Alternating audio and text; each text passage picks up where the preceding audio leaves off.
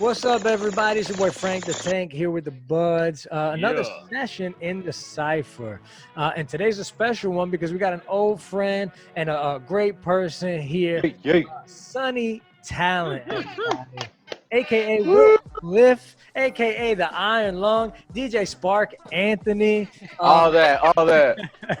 All that good stuff, man. One of the best I'll just say rappers here in Central Florida, but is known for just being a beast on the battle circuit out here. So if you haven't heard of Suni Talynt, you can find him on YouTube, iHeartRadio, Spotify, Apple, Google, everywhere. SUNITALYNT. So make sure you guys check that out everywhere. The dude's talented for sure. How y'all living, man? Good to be back. Good, yeah, bro. Like I said, it's been almost like 2 years since we last hung out and talked about. So I say let's get right into it. What the hell have you been up to? And then I'll ask you with that, like with the COVID-19 too, how you been dealing with that? Man, I've been up to everything. As far as the quarantine, I've been just taking full advantage of the time off. Just been working on the music, of course, at home and other clients' music. I just had to get back in grind mode. Since I last saw y'all, I became a DJ Spark Anthony. But, you weren't kidding. I thought Frank the Tank. I'm really a DJ. I DJ at many local strip clubs, and I'm at the radio station at 98.5 The Wire, #1 station in Orlando. The quarantine hit, all the clubs are closed, the radio station's closed, so I had to just go back to working from home. I'm doing, what I do best, just studio time, just selling beats, engineering, whatever I could do to pay the bills. And surprisingly, a lot of people are hitting the studio. I thought people were gonna be too broke, but I've been doing sessions damn near every single day. So everything's worked out, you know what I mean? The money's still coming in. So you're running a studio. You're running a studio out of your spot where you say you create beats, you engineer all that. Yeah, exactly. Yeah, I have like a guest house that used to be the garage, and that's a studio now. Nice, So, awesome. right now. Yeah, we gotta come by and check that out. You got a coronavirus song, right? I just heard that. Yes, we heard that. Yeah, I did.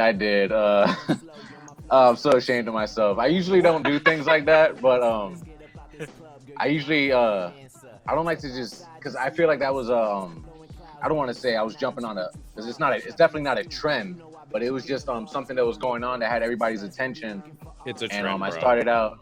There's company that make Louis Vuitton face masks. It's a trend now. Exactly. I say that to not disrespect any victims. You know what I mean? I don't want to offend anybody like that. I just wasn't really considering that when it happened. You know what I mean? I just know all the government bullshit that they give us every year. The fucking from whatever it was last year. Like, it's always something else. You know what I mean? It's always a different name brand. And I was just joking in my backyard, smoking and making this song. It was just a joke, and it started coming out kind of good. And I was like, "Fuck it, let me record it." Yeah, and it was just dope. I'm sitting here like, man, this guy can rap about anything. And you know what? That's what some of the best guys do, though, is when there's big news out there. This is global news. It's topical. So I don't think it's in any way, shape, or form taking advantage of somebody else's misfortune. It's topical. That's the only thing anybody's talking about nowadays. So for you to come up with a song talking about it and do it as well as you did, just say kudos. I appreciate it. Don't be ashamed at all about that shit. That shit was fire. Yeah. That's what I had to keep telling myself that, but I just didn't want to. I'm not like the troll type rapper that's just gonna. But I guess in that moment I kind of was, but it worked out. People liked it. So as long as you don't dye your hair rainbow and everything, bro, we're in good company, man. Right? Yeah, so. No face tats, no. Yeah. None of that. Trolling is a big thing in the battle circuit. You cut your teeth primarily as a battle rapper.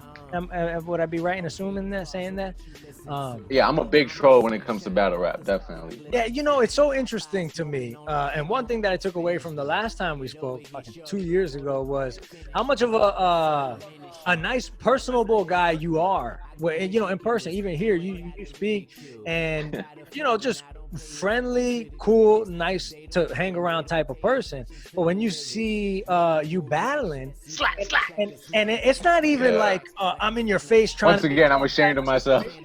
no, a lot of people go up and it's just want to be hardcore and in your face. No, but just what you say though is so ruthless and so. Yeah, well, my approach is different. I never try to be the tough guy. I'm still myself. I'm just kind of like a sarcastic asshole, you know, just saying witty, stupid shit. But I never try to be like you said. A lot of them they go in there like trying to be so aggressive and a gangster MC mentality. I just come in there to just to joke on you and say some slick shit. And that's another thing quarantine fucked up, man. I was battling. I don't know if y'all saw, but I became a lot more active as a battle rapper 2018 and 2019. I was doing it at least one battle a month, and they were paying me for every fucking battle. So it was really a dope thing. And this shit just shut down like heavy, bro. Like it's crazy. We haven't had now everybody's battling like this on this type of circuit where battlers are uploading a video and then the opponent will upload his video. So it's different, but it's cool, you know. It's weird. It is different. That takes the live element out of it. I don't like that because you could practice, you could write shit down, and it takes away that the nerves of being there, facing the person you're battling. Exactly, yeah. And I work off that energy. Like I like to humiliate you in front of the crowd, and when I see them laughing and going crazy, that's where my energy comes from. So if they're not there, I'm like, I'm not even interested. Yeah. And that shit cuts. Yeah. I mean, some of the things that you say cut deep, and I just watching the people's faces when you say this shit is just so funny. Does it not? Is it annoying? You talk about the crowd. One thing about battle rapping, especially in your videos, because the punchlines are crazy. So many times you get cut off in the middle of your verse because people are laughing or you know whatever the hell. Does that not get old, annoying after a while, or is it just part of the? It very, very little bit. A lot of people hate it, but for me, it's flattering because I know that they're enjoying what I'm giving them. You know what I'm saying? So even though it gets frustrating, but all I can do is appreciate it. You know what I mean? I wouldn't want them to be quiet. You know what I mean? And just not react. Like I'd much rather them go crazy. So I'm like, go ahead, wild out. You know, I love it. Do you have do you have a favorite opponent, somebody you felt was really close to you or even better that you faced yet? Yeah, it's funny. This is right up the show's alley, but I battled a dude named Kush. And this dude was so, no pun intended, he was very fire, man. This dude and what's crazy is he's not even a huge name. He's somebody. He's not like a nobody, but he's not the most popular guy I've battled. I've battled some big, important names, and he's an up and comer like me. And I got paired up. There was a Maryland versus Orlando event, and they paired me and him up. It was the most perfect. Whoever set that up was a genius because it was just a perfect matchup between me and him. And he was whooping my ass, but the judges gave it to me. But if anybody said he won the battle, I wouldn't be mad at them. Like he was amazing, and I still talk to him. Like since that battle, we kicked it. We're gonna do some music and stuff. He's a real cool dude. But he was amazing. That's cool. How do you judge a battle? I mean, what is you know, because we can debate. I remember back in the day debating over the Nas and Jay-Z battle, and you've had people talk about the Beanie Siegel and Jada. And I'm not giving any respect to some of the greats. I don't even want to try right now remembering some of the greats in the battle rapping arena. Yeah. But you've heard of even Joe Budden going and facing getting called out. How do you judge? It seems like judging these things is so what's the word I'm trying to think of? Subjective. You know what I'm saying? Exactly. It's subjective. Exactly. That's exactly what it is. So it's really it's just gonna go down to the perception of what type of judgment team they have set up that night. I've seen sometimes where they let the crowd judge, where they're just like, how you feel about this guy? How you feel about this guy? And whoever makes the most noise, that's the winner. Sometimes they have like 5 judges, like a whole panel with a point system based on performance, delivery, creativeness, you know what I mean, lyrical ability. Sometimes they get very detailed.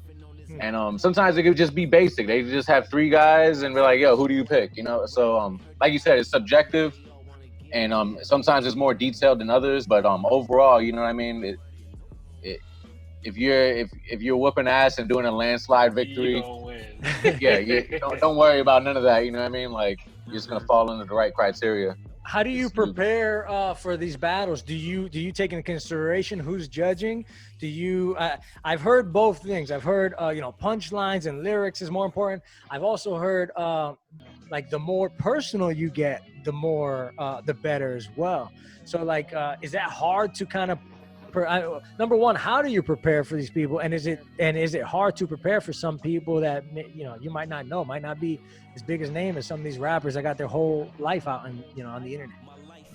I prepare very heavy. But one thing, like for me, it's a chess game and it's psychology. So even if I'm battling somebody I know nothing about, if I can sell it good enough, you know what I mean? Like if I can, I painted a guy out to have I told the crowd that he had what do they call that? Registered sex offender. Like he had like charges. It was completely false. I just made it up, but because I made it believable, like as long as you know your crowd and even know your judges. I've had a judge that I knew was a big anime freak, so I threw in Dragon Ball Z bars into my battle. There you go. And I completely pandered to him, and he went crazy. And he's like, yo, he won every round. So it's like, it's simple like that. And if you know your crowd, Orlando people, they like jokes. When I went up to New York, I was doing more wordplay. You just got to know your crowd. And that's something I pay attention to. I'm not just trying to whoop your ass. I'm trying to make sure everybody really feels it. You know what I mean? So that's just how I go about it. Like I pander to the crowd a lot and to the situation or the environment, you know what I mean? It's like when you take it down to a science like you are and you dissect it and try to make it as great like as you want to possible. cut, bro. You want to cut. You want to get a little personal, right? Yeah. You want to do your little research. You want to win. Yeah, I've went personal sometimes, and I don't feel good afterwards. You know what I mean? Because you're a nice guy, bro. Like I watch my battles, and I'm like, I don't know who that person is. I feel so ashamed of myself. I'm like, No, that just means you're a pro, bro. That just means you're a pure professional, bro. Your craft. Yeah, it's like a switch. I appreciate it. And that's what I was just telling the guys before the interview. I'm like, if there's one guy out here that we want to see, that I want to see like make it big time, it's Suni, because and no ass kissing, but the skill level is definitely there. Like the skill level is better than most shit you're hearing on the radio, no doubt. But also it just, for me, it couldn't happen to a nicer guy. You know, you have people that don't know how to flick that switch on and off, but for somebody to just be genuinely cool and then just get on the battle scene and just talk about somebody he doesn't even know being a sex offender. That's crazy. It's funny. Yeah. No, we play dirty sometimes, man. Sonny, what do you know?